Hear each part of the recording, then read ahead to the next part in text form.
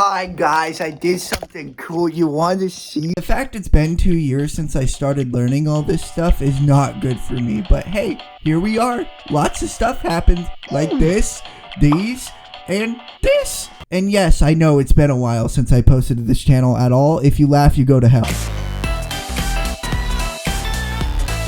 Not gonna go over what I went over in my previous video on game dev, but if you're curious, that video is there. The first major thing I gotta say is that I now work in 3D. Like a whole lot. Like all of my projects this year are in 3D. And I've gotten to learn a whole lot about the 3D pipeline. So that's kind of what we're gonna talk about today. But before that, wanna see some dog shit? So yeah, needless to say, my game jam performance since posting that original video has been not good. Like pretty abysmal if I'm honest. Shit from a butt type shit. Sorry, wrong clip. Starting with the first game jam that I worked on, this was for Pirate Software's game jam in January of 2025. Me and a group of friends got together to work on a game that I think YouTube will let me talk about. I don't fucking know, man. You're the caretaker bomb at an orphanage, and your goal is to take care of the children at the orphanage before they, The theme for this was You Are the Weapon, and I don't totally love this theme, but the idea we came up with was really funny. Overcooked and Paper Mario were the inspirations for this one, and I think it could have turned out cool, but yeah, our project was way too ambitious, so we submitted something that was unfinished. The next jam I participated in was actually one from my school, and the game we made was almost documented on the channel before I realized development streams are a fucking joke. This was a neat little thing. The song and everything gets faster the more you fuck up. I barely did any of it though, so I don't really take much credit for it. It played a lot around with constant time collision checking and stuff based on a grid, and I was a bit too stupid for that shit. It looks cool though. The final jam that I can really talk about for this video was probably my worst performance by far. Look man, I said this shit was stinky. I don't think you were ready for how bad this is about to be. This was for the GMT Game Jam for 2025 and the theme was loop. So after a bit of theory crafting, my dumb ass decided to make a puzzle game of some kind. I didn't really love the idea of games about programming loops, drawing loops, and the other more obvious ideas, but for some reason my brain decided to jump to this one level in Mario Galaxy 2, so the idea turned into a puzzle game about trying to break out of gravity loops. Seemed like a good idea until I was 3 days in, and until I asked the question 2 days in of how the fuck do you make a puzzle, dude? I was also running this as a solo dev. I had no one to bounce off ideas with me or make art. I also had an ear infection during this, making my ear feel like it wanted to explode. So yeah, it looks like shit, is very buggy, and most importantly, very boring. Simply shouldn't have gotten an ear infection, I guess. The reason I bring these up is just to show how other beginner devs or artists that you're probably gonna make a whole lot of shit from a butt when you're inexperienced. And that's okay. For me, game jams are great learning opportunities, but super hard to be successful in. They're great supplemental projects to work on in between the bigger things though. In the future, I'm definitely gonna do more of these. If you can make a baller game jam submission, that is a really good portfolio project. But the ones that I've done in the last year, I can't exactly say that I'm proud of, and I think they're genuinely pretty bad. Game jams have been a very small part of the development that I've done throughout the last year and a half, but they've been great learning experiences, since you gotta make small stinkers in preparation for the bigger pieces of shit. 2025 was my first big adventure into 3D development, and I don't think I've done too bad. The first big project of the year was for my software development class, where we were told to make something using whatever we wanted as long as we followed an agile workflow, which is annoying people talk for can you use a Trello/Jira board and also focus on something for 2 weeks at a time. And to benefit basically me only, I was able to convince my group that I was working with to make a game with me inside of Godot, but they were the ones that came up with the idea for the game. And oh my god, it's so dumb and stupid, and you know that I agreed instantly.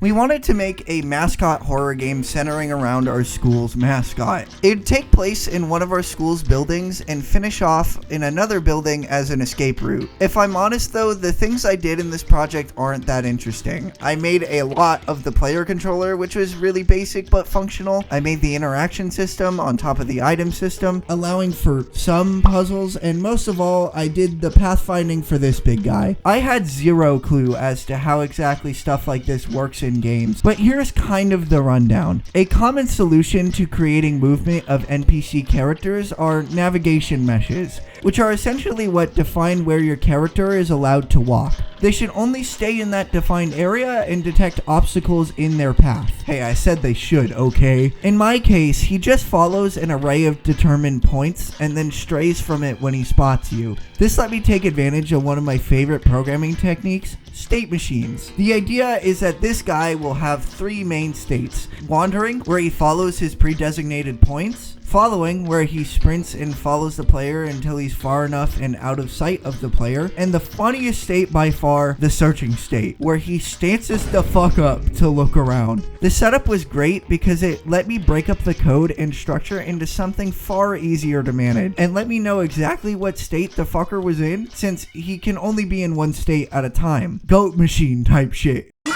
But the stuff I did for this project isn't shit compared to the problems that we had during development. While not my first time, so I generally knew what was going on, most of my teammates had no idea how to use Git for version control. And one of my teammates repeatedly had merge conflict/errors. I'll let you take context clues as to who had to fix those. This organization might kill someone too. That's someone being me. I straight up died, dude. To make pathfinding work, I had to know which nodes were what so I could make the navigation region for the monster. Don't even get me started on this file organization. I can feel the vomit coming. There's some other things that I could mention, like our presentations we did every other week. I stood in front of this. Or how we gave the monster jiggle physics in his walk, but that's about it for this project. It was a very good first experience with 3D development. Made even better that Godot's 2D to 3D transition is really simple. A lot of things just carry over without changing a thing. That's about all the development that I did in 2025. That's really noteworthy.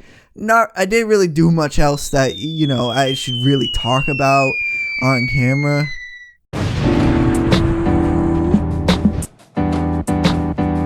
So Peak, right? The funny, silly, goofy... I hate you! No! Can I stop fucking bugging out, dude? Co-op game that took the world by storm last year. It's a bright spot for me for sure, and on a game design level, it's one of the most cleverly designed games I've played in a while. It's probably my favorite game of last year if Peak wasn't also dropping at the same time. It's left me with a lot of questions of how they came up with some of these ideas, and especially how they implemented them. Anyways, didn't expect this one to happen, but fuck it, let's talk about it. So back in August, I moved in with a bald guy and this gooner that I harass regularly. This is Ben, professional rage baiter, Pokemon scalper, and VFX artist who loves to just say shit sometimes, man. Shit including pitching project ideas. And one day we were talking about Peak as a breakout success. In the middle of that conversation, Ben dropped a "we could make that," and the idea for Deep was born. We'd make a game using the base concept of Peak, but rather than scaling a mountain, we'd be cave diving, climbing down to the center of the earth. It probably just sounds like we're plagiarizing Peak to the average person, to which I gotta say, they kinda fucking told me to. But the idea naturally lends itself to an entirely different set of level design challenges. Like if you've ever seen the mods of Peak where you start at the peak and climb down, being able to climb down using ropes or your natural climbing abilities seriously trivializes the whole endeavor. It's an entirely different set of design challenges that you have to think about with just a single swap in directions. But like, wouldn't it be cool if we actually did something with it instead? The project started with essentially an immediate fumble. There was a game jam at my school that we were using it as an excuse to start this project, and naturally we procrastinated, creating a nightmare scenario where me and Ben were trying to throw something together to show in 24 hours or less.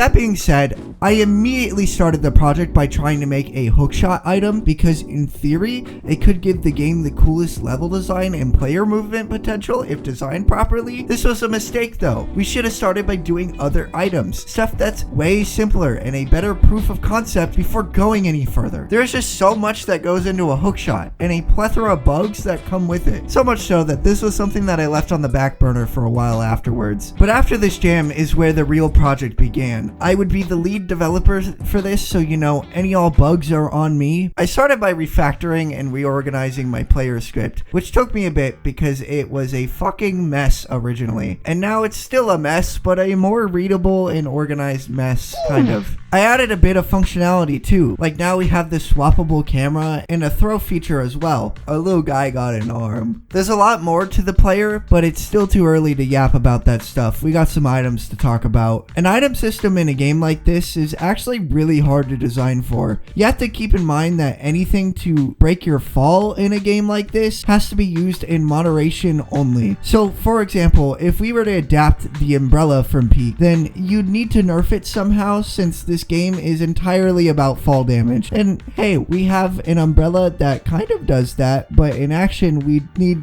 actual limitations on it. The reverse of this logic is true as well. You need ways to get back up as well. Climbing kind of breaks a game like this, so you have to rely on hazards or items that send you upwards. This is where stuff like explosives come in. Things that launch you in any direction are kind of needed in a game like this, because not only does it mean you have to be more aware of your surroundings than you would otherwise, but you can make strategic choices in how you traverse challenges. Do you purposely land on one from above to launch yourself back upward to land elsewhere, or do you just take it to the face?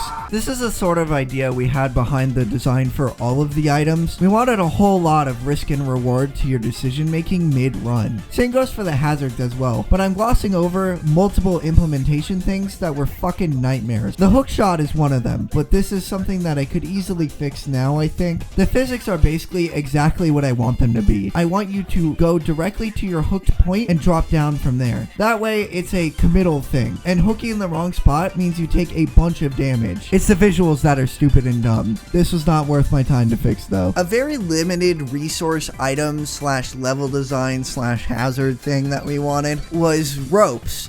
But the thing about ropes is that drawing them dynamically in code fucking sucks. I don't really want to go too deep into it here, but ropes in games, even as common as they are very expensive things that just exist, especially when you want to put physics on them. Specifically when you want to put physics on them. Simulating ropes means you have to split said rope into segments and apply forces onto all of those segments, and it gets really taxing to do a lot. There's fast ways of handling it. I saw stuff like Verlet integration being thrown around, but I decided that this item was not worth my time for the time being, so I can spend time on doing other things. It still exists in the game though, and not working. Look at it fly away. The other nightmare thing was the player controller, but more specifically the ragdoll. It was something that we wanted as a core focus of the game's comedy. You get hit with an explosion or a falling boulder and start tumbling over. So ragdolls in Godot are funny because they exist and they work, but there's so many asterisks to get them working that it makes me really wish I just knew another engine instead so I could find better help for this. Basically, I wanted what's called an active ragdoll, and these come in many forms, where the player bends depending on how you touch certain surfaces. Now, I have no idea how that works at all, so I went to the Godot docs for help, and eventually YouTube, just to find out that almost every major tutorial on this topic is incredibly outdated, with solutions that really don't work anymore or are really finicky.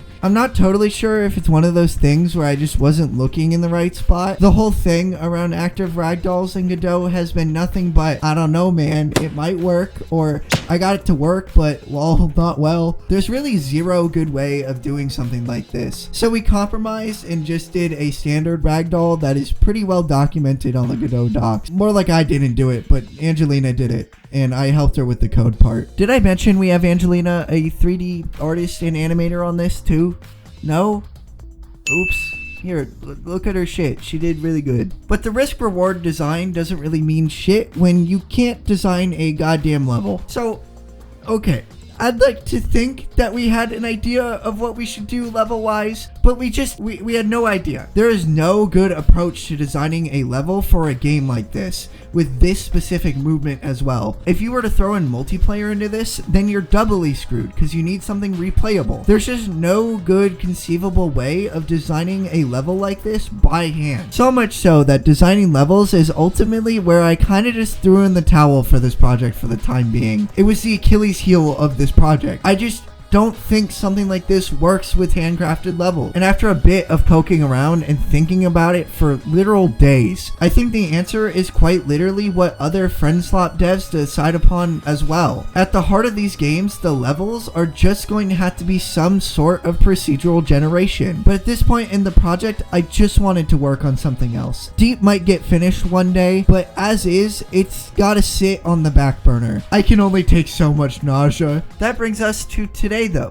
Sorta, kinda. Deep was like 4 months ago at this point, but like, fuck you, don't question me. It's the time of the video where I tell you about the things I'm doing right now. This section is going to be as organized as my life has been in the last 3 months, so bear with me here. But let's just start with a little bit of a story time. So back in October or November, Ben sent me this survey by this organization who is giving away a free GDC pass for those who filled out the survey. I filled it out, and then, as any normal person would do, I forgot about it for about 3 months. So here comes January. I'm in the middle of post-mortem recovery of Deep's slow descent into Project Purgatory, and I'm on a trip with my friends. It was quite a fun trip too. We played stuff, said hello to the ocean, had some very funny perks. What do you mean I want a free pass to GDC? And thus began my 2-month grind. The time where if you asked me how I was doing, you either get an essay or a "I'm good." I had 2 projects to work on, namely prototyping and figuring out my next game dev project, and making a portfolio site so I have stuff people can actually look at. The portfolio project ended up being super basic but functional. Here's what the project section looks like. Okay, now who cares? Let's move on to the actual thing I'm going to talk about. So in the small bits of free time I've had throughout January and February, between pissing, shitting, crying, working, and more working, I've discovered a newfound love for a game that I dropped years ago. That being Hades. I had never given the game the proper time of day up until now, namely because of 2 stupid motherfuckers. But after rolling credits, this game is so fucking awesome, man. So awesome that it kind of inspired what I wanted to do next. I also got back into Ultra Kill during this time, so that also went into the inspiration melting pot. So since that time, I rolled credits on Hades, and after staring at the wall for a moment, I began designing and prototyping a first-person shooter roguelike. As a Neon White fan as well, I very much wanted a speedrunning design aspect to my game, so here's the pitch. You enter dungeons that are bite-sized chamber-like rooms that are filled with enemies to take down. You are given a preview of some kind before the level happens so that you can path your way around the area to kill the enemies in the fastest possible manner. At the end of each chamber, you get a new ability / buff. This lets your heightened abilities be taken into account when you're pathing out your route. For the rewards, you get rarer stuff based on the rank you get for how fast you go. For example, if you were to do poorly in a chamber and got like a bronze rank, you'll likely get mediocre buffs and rewards. However, if you're the GOAT, you might get something rarer. At the end of each dungeon, there will be a boss of some kind where you're gonna get some new ability afterwards, but that's mainly the general gameplay structure. I'm still thinking of how the game will look art-wise, but I can tell you that this is going to be a more movement-oriented game, and that the player controller will be more closer to Neon White than something like Ultra Kill, while still being its own thing. The main idea behind the core combat is you swap between melee and ranged combat regularly, and there will be buffs that you apply to these weapons separately. So for example, you could have a buff that makes your ranged weapon push enemies backwards, and you can have a melee weapon that deflects enemy bullets. And for the ranged weapons, I want the buffs you apply to those to apply to the bullets / attacks themselves, and then to impact how you move around the map. For example, if you were to get the buff that makes your shot explode, not only would you do AoE damage to multiple enemies, but you can also rocket jump now. I want you to gradually change how you approach combat in each chamber as you build out your moveset. Before GDC, I was mainly trying to see what would work for this type of thing and see how I would do some of these systems in the first place. So this is basically what I was able to get done before the convention. It's okay, wish I got more done, but when your life is wake up, go to school, work, go home, do more work, make dinner, and then work some more, and then do it all over again the next day, it's hard to feel bad when I didn't get all of it done. Realistically, I would be able to shit out a prototype like this in a couple days if I didn't have to juggle, life. And then the convention happened, and it was great. I met tons of really cool people, and you're probably seeing none of those because I didn't take any photos, really. As a grade A, capital G, talks about this shit too much gamer, it felt surreal going into a public area in the middle of San Francisco and hearing a jazz rendition of Megalovania on a random Tuesday afternoon. As a game dev, it was really awesome being able to be in a space where I could connect and talk to people who are doing the same thing or want to be doing the same thing that I do. And when I came back, it was just a nice feeling. I've never felt more fired up to do anything in my life. And when I got back after GDC, I've never felt more drive to do the thing I like doing more. Let's not talk about the crash that happened afterwards, though. And that's essentially where I'm at the time of writing this. I have a few plans for the future, though. I've been transitioning over from Godot to Unity for some more industry-relevant experience, and it's going well. A lot of the things carry over between engines, but there are a whole lot of things that piss me off in Unity. Why am I waiting for 15 seconds for anything? Maybe I'll talk about it a bit more some other time. Other than that, though, I've been trying to finish up school and refine the roguelike idea. Oh yeah, I also did one more game jam, which was awesome and cool, with my friend Bright, creator of a zipper and many other things on his itch page. The theme for this was chain reactions, and we ended up feeling inspired by Monkey Ball's short, bite-sized level designs, and decided to tether a hamster to a big fucking cube. This eventually evolved into a game about a delivery hamster just trying to do his damn job. Look at him, he's a little guy. You have a little mail slot that you can time properly and shoot mail out of to launch yourself in the opposite direction the slot is currently facing. I'd put this game in the game jam sections, but there's a key distinction between this and my other jams in this video. That being that the game is fucking finished, man. It's on itch, we did exactly what we wanted to do, and you can play it. We didn't even put our all into this since we both had finals and stuff going on, but we basically perfectly scoped this thing out. Whether or not it's good is a different question, but this was the best learning experience I've gotten out of a game jam in general so far. And I got to work with a really cool dev too. There's a smiley face in the script. Also, I now have a functioning rope system, and it's kind of awesome and sick. Fuck yeah. And on that note, it's kind of insane how much has happened in the last 2 years. I still don't feel great about the knowledge I have of game dev, and I desperately need something finished under my arsenal. Game jams and the promise of this roguelike idea will definitely help with that feeling, but going to GDC and how far I've come along with 3D development has been a really nice cap off to my first 2 years of doing game dev. I also made another thing that's finished and playable, and that's like such a nice thing. On top of that, by the time this video is uploaded, I will have either graduated or will be graduating soon, and it's been adding on to that little bit of closure. Desperately need to be free from this prison though, please let me out.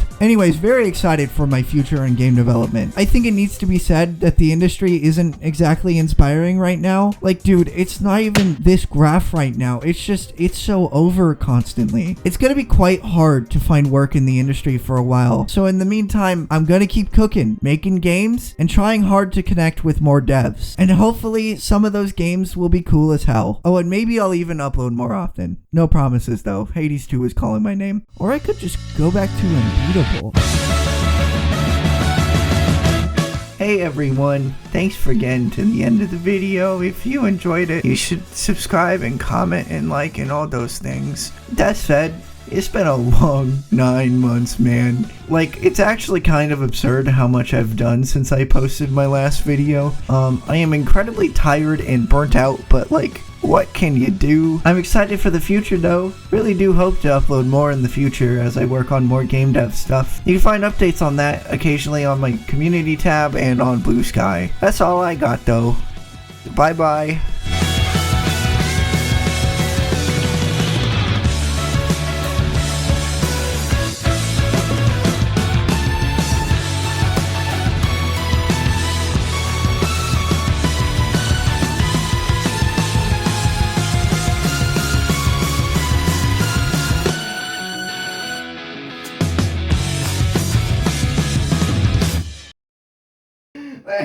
so funny.